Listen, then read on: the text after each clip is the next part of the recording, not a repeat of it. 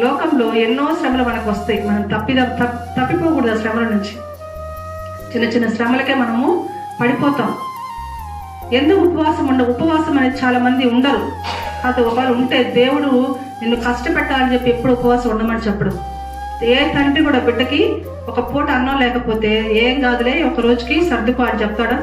ఎంత కష్టపడి తెచ్చి పెడతాడు. కానీ దేవుడు ఎందుకు ఉపవాసం ఉండమంటున్నాడంటే, ఉపవాసం అంటే మన కడుపుని మనము కాల్చుకోవడం. అప్పుడు క్రేవింగ్స్ ఉంటాయి, అంటే తినాలి అనే ఆశ ఉంటుంది. ఉపవాసం ఉన్నప్పుడు పేగులు అరుస్తూ ఉంటాయి, నీరసించిపోతాం, ఏమైనా పెడితే బాగుండు అనేటువంటి వస్తుంది. ఆ సమయంలో కానీ నువ్వు కంట్రోల్గా ఉంటే, ఆ సమయంలో కానీ నీవు నీ యొక్క దేహాన్ని కంట్రోల్ చేసుకోగలిగితే నీకు అన్నిటి మీద నియంత్రణ వస్తుంది. హల్లెలూయా. ఉపవాసం యొక్క భావం అది. నీ దేహాన్ని నువ్వు కంట్రోల్ చేసుకోగలగాలి, నీ నియంత్రణలోకి తెచ్చుకోవాలి నీ దేహాన్ని. ఎవరైతే తన శరీరాన్ని అణుచుకుంటాడో, కాల్చుకుంటాడో, నలగొట్టుకుంటాడో అన్నిటి మీద కంట్రోల్